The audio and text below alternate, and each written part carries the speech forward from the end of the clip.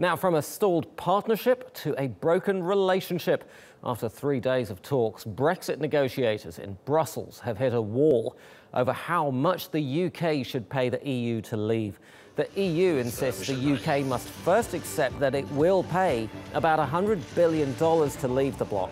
But the United Kingdom says it's also owed money. The two sides couldn't agree on how to manage the border between Northern Ireland and Ireland. The lack of consensus between the two sides is also weighing on the British pound again. It fell 0.4% against the US dollar on Thursday. Concerns are rising among investors that a long drawn-out Brexit could take a toll on the UK economy. Its chief Brexit negotiator, David Davis, warned that incremental progress is not possible in every meeting with the EU. We agree on the need for certainty on the part of citizens both of the EU and the UK. We obviously have different views on how we achieve that.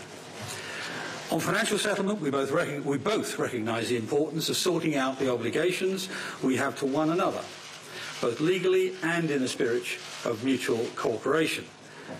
We've had robust but constructive talks this week. Clearly there's a lot left to talk about and further work before we can resolve this.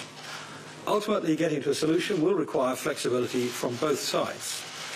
But as Michel said, we shouldn't expect incremental progress in every round.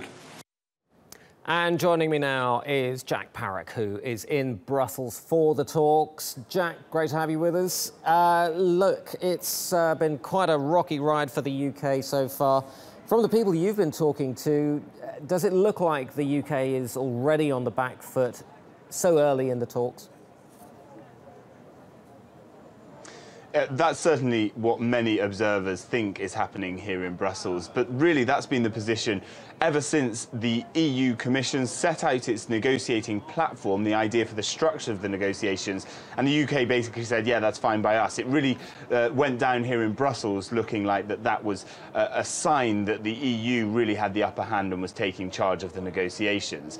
We've seen today David Davis use the word progress a lot more than his counterpart Michel Barnier has been using. Michel Barnier has been talking about clarification, the need for the UK to clarify its positions on these major issues in the Brexit negotiations, the citizens' rights issue, the final exit bill essentially for the UK, and on the Ireland issue as well. They want clarification from the United Kingdom, and that is why from the EU side there's not been really very much progress on any of the topics we believe at the moment through this first few days of the negotiations. Yeah, there does seem to be quite a lot of frustration from the EU side as to what they at least perceive as being a lack of preparation on the British side. But what are the latest estimates that you're hearing as to how much the UK will actually end up paying to leave the EU?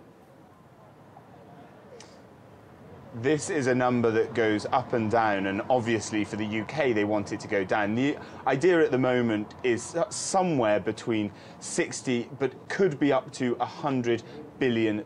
So that's a pretty sizable sum of money. And we heard the UK Foreign Secretary Boris Johnson speaking in the Houses of Parliament earlier this week, saying that he thought perhaps the EU should go whistle for such an extortionate amount of money.